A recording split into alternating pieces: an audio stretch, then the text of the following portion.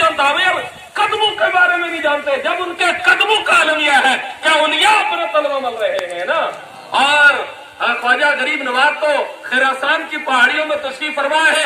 गौसे आदम ने ऐलान किया कदमी हादा अला रक़बति कुल्ली वलीयल्लाह, कि ये मेरा कदम तमाम औलिया अल्लाह की गर्दनों पर है।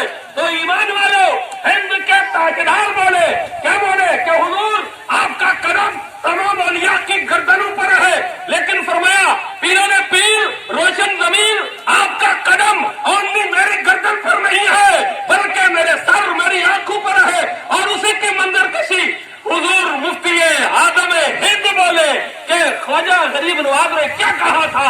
ख्वाजा गरीब नवाज ने कहा था या गौसे आदम ये आंखें ये सर है, ये आंखें ये सर है, ये दिल ये जिगर है, जहां चाहो रखो कदम गौसे आदम, जहां चाहो रखो कदम गौसे आदम। और ये 11वीं शरीफ का महीना भी है और कमाल ये है ईमान वालों कि रबीउल सानी दूसरी बहार, जिसमें आज हम रबीउल गौस भी मनाने आए और रबीउल अव्वल भी मनाने आए। अल्लाह ताला दोनों के सदक़े में है ना, महबूब के सदक़े में और महबूब के महबूबों के सदक़े में भी हम सब पर अक्ल करम फरमाए।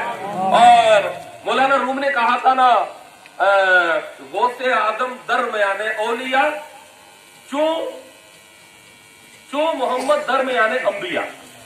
गौसे आदम औलिया के दरमियान ऐसे है जैसे मोहम्मद रसूलुल्लाह तमाम अंबिया के दरमियान, यानी वो इमामुल अंबिया है और ये इमामुल औलिया है।